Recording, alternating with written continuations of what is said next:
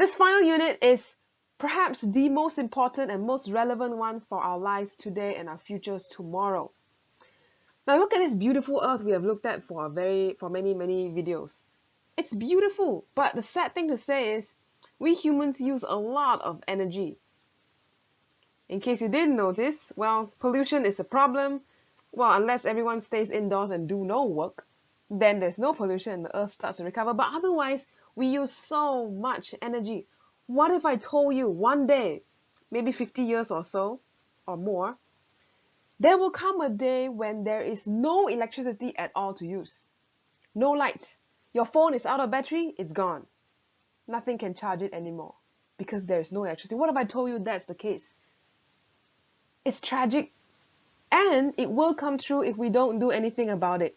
Because currently, a lot of our energy supply is from non-renewable resources. So we take out petrol from the earth, we extract natural gas, we burn coal, we cut down forests just to create the electricity we need to power our civilization.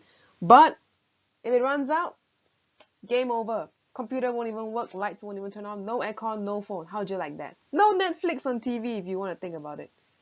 So we need to think about energy very carefully so that we take care of our precious resources, use it carefully. Okay, so this chapter will be all about efficiency. How do you handle this energy carefully? Because this is what we use every day. Now today we're going to talk about what it means to calculate efficiency of a system and what is useful versus wasted energy.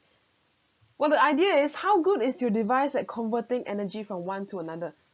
We talk about energy conversions from electrical to mechanical to heat to, I don't know, all kinds of stuff. We look at one example of a phone where you're charging your phone so electricity comes in, zzz, zzz, zzz, and you're converting that into chemical energy stored in the battery. So you could say it's electrical to chemical. That's the conversion there. But in the process, we lose some stuff, wasted.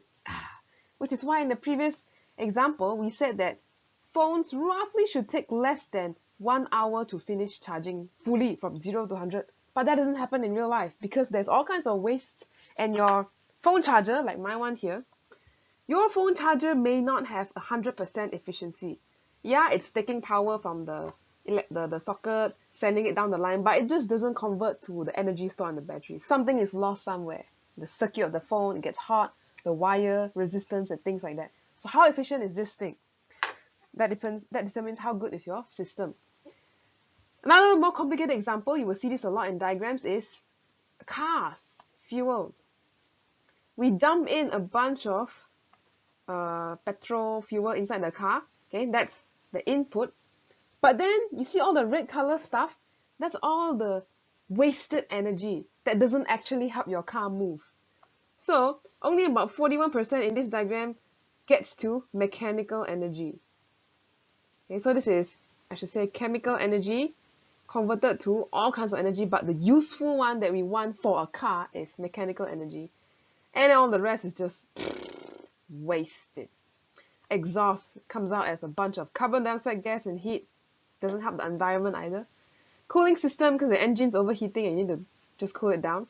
Other kinds of radiation and all kinds of stuff. So cars actually waste a lot of energy just by giving out heat, noise, and lots of other gas we don't want. Was it carbon dioxide or carbon monoxide? I can't remember. One of those.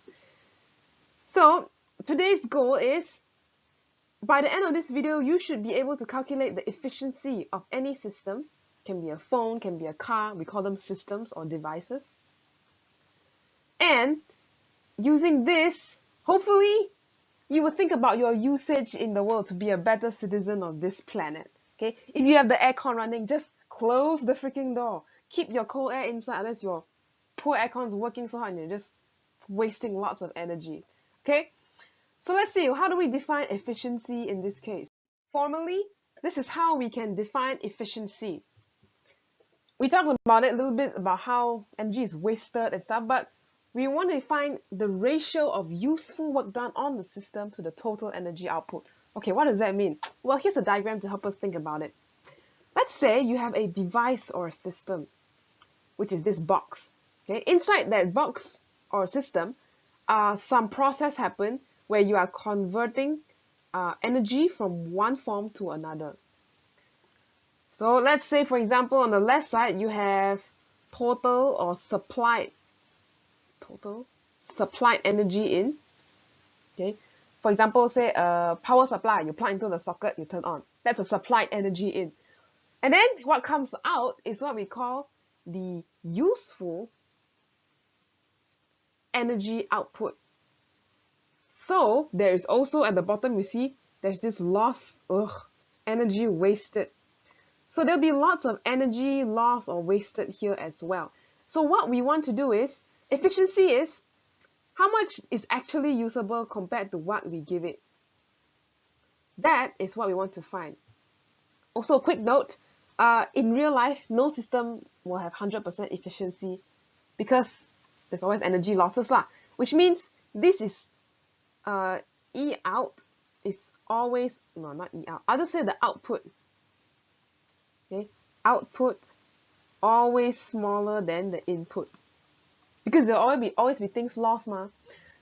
So one way people have come up with how to gauge efficiency, how to measure it in the number, is to use this way.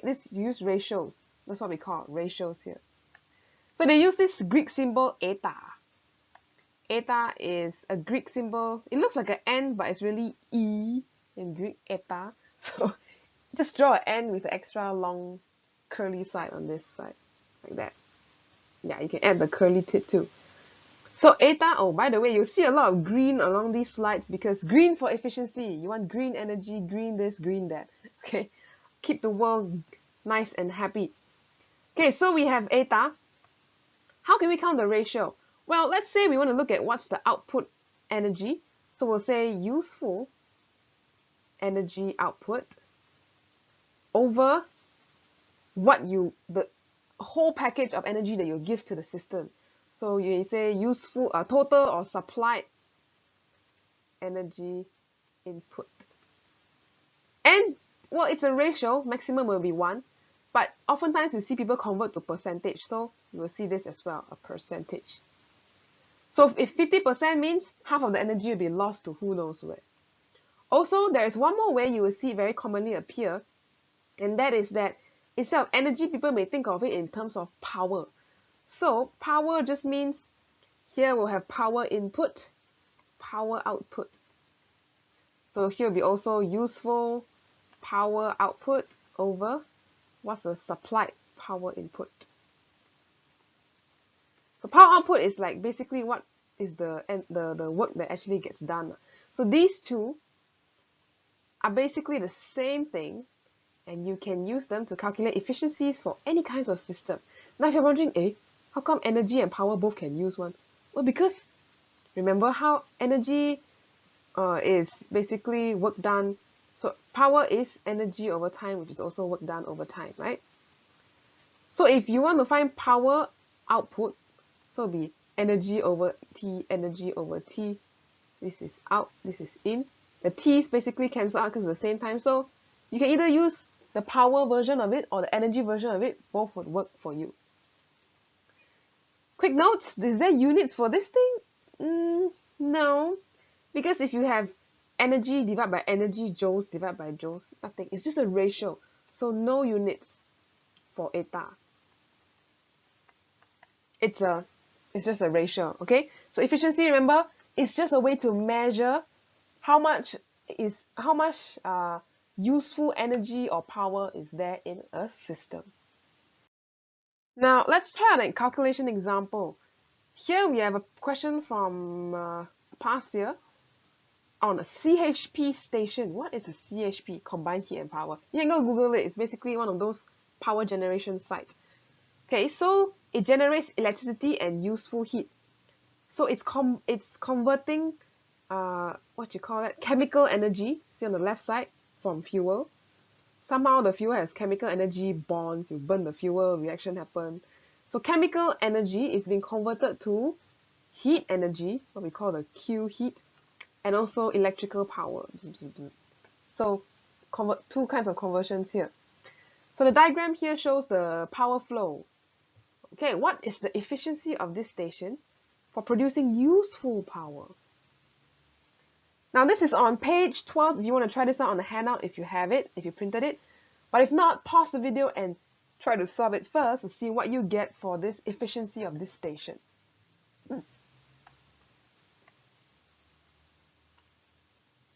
So here, useful power. Notice the word useful. Here, usually we consider heat as wasted, but this special machine absorbs the heat and use it to power something else. But there's only wasted power up here, which you want to be careful of. So if you want to find the efficiency, the eta, I need to find what is the useful power output over the power input. Okay, this is useful. You only want the one that's useful, times 100%. So that's the mother equation. Power output, what is the useful part? We have 160 and 100 megawatts. So 160 and 100 megawatts. I write the units so I remember. Over, what's the input? Hey, they didn't give to us. Did they give it to us? Well, they did. Total energy, total power input is basically everything, 60, 160, and 100. Oh, okay. So total power input, it will be 60, 160, 100. So just finding a ratio of what is actually useful from this thing. So there's that. And if you want a percentage, which is what the answer is looking for, we need to times 100. So let's see, how efficient is this station? 60, 160, 100. And we get a good 81%. Wow. So here we have about 81.25, I'll just say 81%. That's pretty good for a station. Nuclear sites, a lot of petrol sites, they don't really capture all the energy, so it's very low efficiency. Imagine if they did not have this part, they didn't make it useful, then this would be less than 50% efficiency.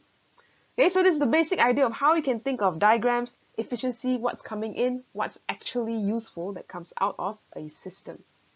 Let's say this is the CHP station. Now let's look at something interesting. It's like a table pulley, but it's a motor. So here we have a little motor inside, got gears that will turn and pull the string in. What is the question? You have a small mini electric motor on the bench, connected to power supply, and this motor is 50% efficient, so it will lose half of its energy or power. What is the time taken to lift the mass up through a height of 90 cm? So this motor here is pulling in the rope lah. Like that, you hear the motor turning. And they say, motor is 50% efficient. How to start? What's the time taken? Okay, whenever you see like a percentage in the energy question, or you see time in the energy question, means power and efficiency is involved. So let's write out some power equations and efficiency equations. So efficiency is useful power out, that the work actually done by the engine, and over power input times 100%. Well, what do we know here? Power output and power input. Power input is basically the electricity supply that's going into the motor. You can see this little yellow thing I'm drawing there. So how much power is this? It's actually going into the motor. Well, we have 6 volts and 0.5 amps, so we can calculate power is current times voltage. That will be the power input, what's going into the system. Now, how much power did the motor actually do in raising the box? What's the actual work done? We could look at lifting up the mass. How about that? Okay, so this mass has to go up, how many? 90 cm. So I assume 90 cm is here. So it has to go up 90 cm. That's some work done there in a certain amount of time. So we then can calculate our output power as, what's power again? Work done or energy change over time, which is, in this case, mgh final minus mgh initial over a certain amount of time. Now here, the only thing changing is height, so that's convenient. We just mg delta h over t. This will be our power output. Now you can calculate them separately, but I'm going to dump everything into one equation. Maybe I'll do it separately. Okay. Do separately. So the output power will be 0.2 kg, that's the weight of this box, times 9.81 times 90 cm, so 0.9 meters over T. That is how much power out actually came out of that little motor. What the motor actually taking is current times voltage. So current is 0.5, voltage is 6 volts. That's about 3 watts of power. Okay, and the bottom one, don't know, cannot calculate. Okay, without doing calculation for the efficiency, you look at this motor, it's getting 3 watts, but efficiency only 50%, means it's actually only going to do 1.5 watts of power on the box. Half of it, half of 3 is 1.5 watts. But if you want to write out the whole math, this is how it looks like. So efficiency is 50% times 100. And we found our output and input. Input is 3 watts. Output is the whole thing, 0.2 times 9.81 times 0.9 divided by T. Okay, it's a little crowded there. But basically you can find your T or find your power output. You can break it down into steps, but I'm just dumping all in one because I don't have enough space to write. So we have to rearrange a lot of terms. 50 divided by 100 times 3, that's 1.5, like what we said. And then we need to find what the time is.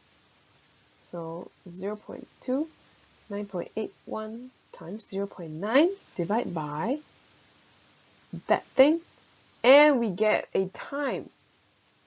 So this time I got here is 1.1772 seconds. Wow, what is this? This is roughly correct. Answer will round it off to 2 SF, so they'll see them right 1.2 seconds. Means in 1.2 seconds, this machine will lift that little mass up by 90 cm, and that's all it can do because its efficiency is only 50%. If it were more efficient, it could lift it up in a shorter amount of time, but oh well, that's our little machine for us here. Next one is railway. I think this looks like a Hogwarts railway from the Harry Potter movies, whatever. I choose the very old one because the old one are not very efficient. So here we have a train carrying lots of people up a slope. Okay, pretend there's a slope here. The picture doesn't have a slope. Up a slope at an angle of 30 degrees and a speed of 60 meters per second. The train also has its own mass. Question is, the percentage of power used, so that is useful power, so useful, to raise everybody uphill is 40%. But what is the power of the engine itself? Wow. Try this one out. It's on page 5 if you have the handout. If not, pause the video and take a look at it, how to think of this thing. First, think about what is the energy changes happening. Secondly, write out the efficiency, draw the diagram if you need. Here flow in, here flow out. Okay, and then come in, we'll go through this together. Okay, so whenever you see inclined slopes, best to just redraw the thing like that. This is an inclined plane at an angle of 30 degrees, and our little train is trying to go uphill. Okay, I only draw the little blob there because I don't want to draw the whole train. So this train is increasing in heights, going up. Well, we can't really find that change in height from potential energy because we don't know how far what's the displacement in this direction. So I don't think we can use potential energy, but we could use other methods. Because power is force times a velocity. And it's traveling out at a constant speed of 6 meters per second. So we need to find what is the force that the engine is exerting for this fella to go up. Well, this force, you can find it from the weight. So you have an mg, and the horizontal component of this mg is that f that we're looking for. So this will be mg sine of 30 degrees. So this train needs to fight the horizontal component of weight in order to go up at a constant speed, so 6 meters per second. Okay, so what kind of power is this? Output or input? What do y'all think? Is this a power output or a power input? Well, we don't know, then write out everything. So power out over power in is efficiency of 40%. So times 40 equals to 100. Or if you're lazy to write everything out, you can just straight away, sorry, not times 40, times 100 equals to 40. If you don't want to write percent out, you can reorganize it to say 40 divided by 100 is just 0.4. So that's the ratio of output to input. We are trying to find what is the power of the engine. So it's actually finding what is the input power of the engine. Output is what the train actually does on the rail, like, you know, the force coming out. So this thing that we're going to find is actually the output. So the output is mg sine 30 times the velocity that is going up, which is 6 meters per second. What's the mass? Wow, it's going to be so heavy. You have the train's mass, and then you have 200 people at 70 kg. Ooh, okay, that's a lot of mass. Let me write it out. So 200 people, 70 kg, plus the train itself, so 80,000 kg, times sine 30 times 6 meters per second. So here, if you multiply everything together, 80,000 times sine of 30 times 6. That will give us about, wait, did I calculate this correctly? I'll just write it down first. 282,000. Let me double check. 200 times 70 plus 80,000. That's 9,400 kg, okay? Times 9.81. Oh, I forgot 9.81. There it is. There. Times 9.81 times sine 30 times 6. That looks more correct. Okay. Value's a bit off. Never mind. 2766420. This is in watts because power. Ooh, so this train is actually doing this amount of work done. So that's a power of that amount of watts. I'm going to say the whole thing. But what is the input? Well, previously we looked at this, right? The ratio. Efficiency gives us a tip. So we just need to find what is the input power, which is output divided by 0.4. So if you take your value, divide by 0.4, and you would get your, wow, that's a lot of numbers to write. And now I'm going to shortcut and just say this is 6.92 times 10 to the 6, or mega watts. Mega means times 10 to the 6. So this is the answer you are looking for. What is the input power of this engine? Okay, if you're ever confused, just remember power output is useful energy or power that is actually done by the system. Input is what is given to the system or what the system has in total before we consider all the wasted energy. Now, speaking of wasted stuff, we're going to look at diesel energy wasted. Diesel is the petrol that a lot of vehicles use. This one, no pictures. A small diesel engine has this volume per hour to produce power of 40 kilowatts. Wow. Assume that 34 kilojoule of energy is transferred when you use 1 cm of fuel, 1 cm cube of fuel. What is the rate of transfer of engine of energy that is wasted? This one has a lot of words, very wordy. Definitely, this one you must pause the video and try this out on a piece of paper. I think on page 18, if you have the handout, you can look at it. Now I want you to slowly take time to interpret this thing, because it's important to know how to interpret it, because the maths itself is not too hard. It's the interpretation of the question. It's like, don't understand what the question is asking. Okay, so practice that out now. Okay, for me, I find it hard to interpret a bunch of words, so I often draw diagrams. So I'm going to do that right now. I'll say this is the engine, the box. Okay.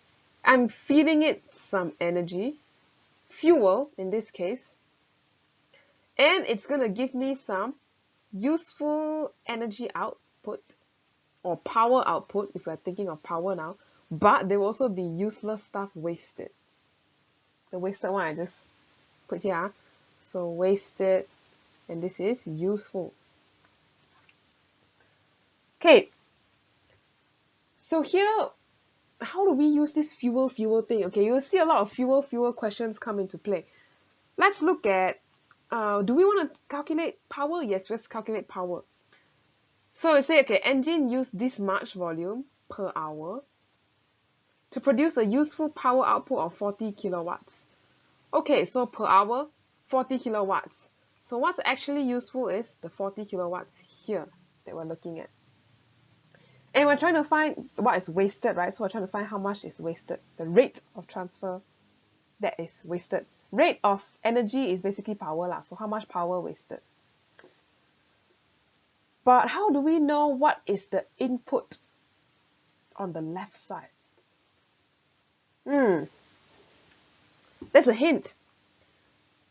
They told us that it used 1.5 times 10 to the 4 cm cube of fuel per hour that is going in. How much energy is that? Let's do a bit of conversion. Okay, so the energy is, for every 1 cm cube, you get 34 kilojoules. 34 kilojoules. So means if you have 1.5 times 10 to the 4 cm cube, no space already, how many kilojoules will it be? Well, you can just multiply it together. So in total, how much energy actually come out on the left side will be, on the left side going into the machine because of the burning the petrol, will be 34 times 10 to the 3 times 1.5 times 10 to the 4. You know what? Let me just calculate it now. So 34 times 10 to the 3, 1.5 times 10 to the 4. Wow, that's a lot of energy. 34 times 10 to the 3, 1.5 times 10 to the 4. Yep, that's correct. So this would be roughly 510 times 10 to the 6 joules of energy. Wow, that's a lot. Now, how about the power of it on the left side? So power input, we know the energy is going to be 510 times 10 to the 6. But what is the time here? What's the rate of fuel consumption per hour? So we don't want hour, we want in seconds because watts are in seconds. So we convert that to 3,600 seconds. Okay, so because we use that because it will consume this much of fuel, which we already converted to energy, per 1 hour. So 1 hour is 3,600 seconds. So let's see what we get for the input. Input after dividing will be about 141.67 kilowatts. Okay, so if you have this much going in, this much useful, what is wasted? You just minus, no? So the power wasted will be the input power minus whatever is useful. This is not a formula. This one is just logic, you know, like fractions. If it's not useful, means it's wasted. So I'm just going to minus it out. So 141 kilowatts minus 40 kilowatts. That will give us 141.67 kilowatts minus 40 kilowatts. Now it's correct. That will give us 101.67 or 102 kilowatts. So that means this useless amount of energy is wasted. So the power here is 102 kilowatt loss because of heat, noise, vibration in the system, all kinds of nonsense. So this is how you can approach questions like this we have to calculate energy wasted instead. The next one is something very similar to a lot of questions in the book. When you see the word turbine, it basically means a wheel that's turning. I draw a sunflower. Wheel that's turning like this one, or like, you know, those windmill things, the blade that turn and turn and turn. These are all called turbines, and they are used a lot in electricity generation. Malaysia, not very common. In water, yes, we have a lot of hydroelectric dams, but not the wind one so much. Anyway, what's the question? Diagram shows water wheel to produce electrical energy. Oh, so somehow we have potential energy of the water converted to mechanical energy. This kinetic lah, mechanical energy of this thing inside here, which then becomes electrical energy. Oh, so many conversions here. So the flow rate of the water drop down here, bubble come out, is 200 kg per second. That's important. The generator of this thing then supply this amount of current and voltage. So this is already like the output. So power out. I cannot see what yellow color. Power out. This will give us the power out of I times V. Because your generator generate electricity come out. So here, your power out is I times V, which is, we can just calculate that straight away. 32 times 230. That is 7360 watts from this turbine turning. But what are we trying to find here? Ignoring any changes in the kinetic energy of the water, what is the efficiency of the system? Oh no, my words got rubbed off. 7360. Pretend you can see it, huh? Efficiency. What is the efficiency? So we already got power output here squashed in this corner. What is the input? Input means what is the power generated from this water going down, falling a high, and turning the wheel? Here's how we can find it. If you pause the video, please do try and see if you can solve this problem. Did I say what the page was? Page 3. That's on page 3. If you want to do it. So we need to find power input. Output, we already have it from electricity. So input is work over time, how long it takes. Or you could say the energy, change in energy over time. What is the work done here? What are the changes in energy? Well, firstly, the water is falling down. Fall down 8 meters. Secondly, the water is moving a little bit faster maybe. But they say ignore changes in kinetic. Okay, so the only change in energy here is change in potential energy. So let's write it out. mgh final minus mgh initial over time. So here, did they give us a mass of water? No, well, kind of here. Water mass is changing with respect to time. Oh no, so what can we do? So mass is changing. We have gravitational constant. Height is changing because you're going from up there down 8 meters over time. So how we can solve this is, let's rearrange a little bit. If we take the change in mass over time, that is kilograms per second. That's where we can use this piece of info. Then we just have the rest G times delta H. So a little sleight of hand there. So now we know it's 20 kilogram per second. Now you may be wondering, how do I know to do this? The hint is I look at the unit here. Kilogram per second means mass divided by time. So every second, the mass will change by 200. That's why I plug inside there. Then we have 9.81. Change in height, 8 meters. Let's see what it is. 200, 9.81, 8. 15696. So 15696 watts. Now we can calculate efficiency.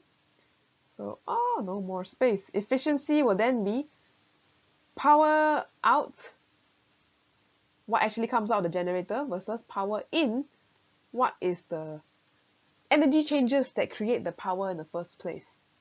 So power out really kind of was what? 7360 watts over 15696 watts. So 7360 divided by answer times 100%.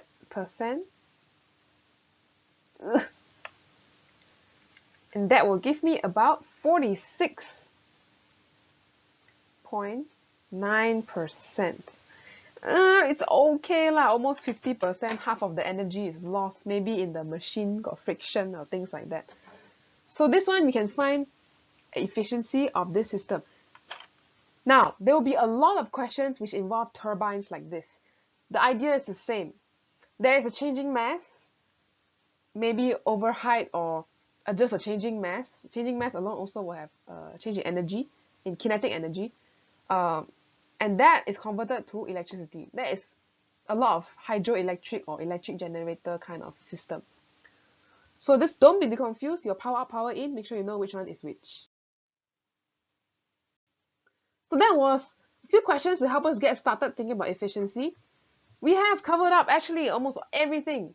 Now actually we are done. So we went through a journey of looking at types of energy, the basics, and then work done, the changes between different types of energy, what can cause it.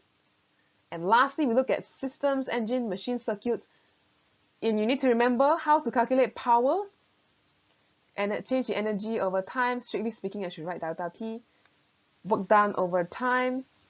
And to remember, efficiency is, I'll just say output over input times 100. It can be energy or power output, either one, doesn't matter. Depends on which info you have. Okay, so this chapter has a lot of equations, in case you didn't realize. So if you are having difficulty trying to remember which one to use when, and like what are those in the first place, make an equation list. Take an A4 paper, fold it in half, write everything there, so that you can remember, oh, this is for what energy, that is for what energy. Or if you have the notes printed, just make sure you draw a box around the important equations on these 2 pages so that you can have a quick glance and look through everything. So that is all for chapter 6. Make sure you know how to calculate power, know how to calculate all kinds of energy changes, and know how to describe conversions between energy.